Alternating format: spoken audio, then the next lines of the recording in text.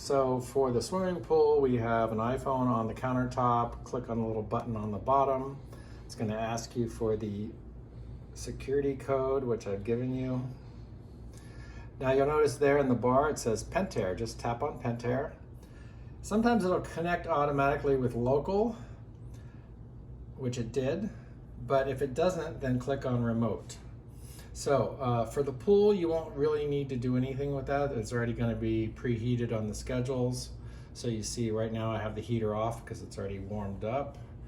The spa, clicking on the spa, you would have to click on heater and then set what temperature you want. And I usually go to like 101 degrees.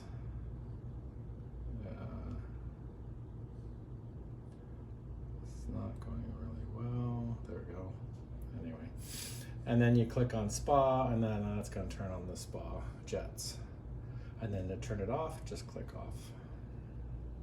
Oops, actually, to turn it off, you need to hit the green spa thing, and it turns white, meaning it's turned off. Okay. For the lighting, we go to the lighting, turn lights on or off. So we could turn on the pool lights and the spa lights. Then we go backwards, and now we can go under lighting, and we can choose IntelliBrite.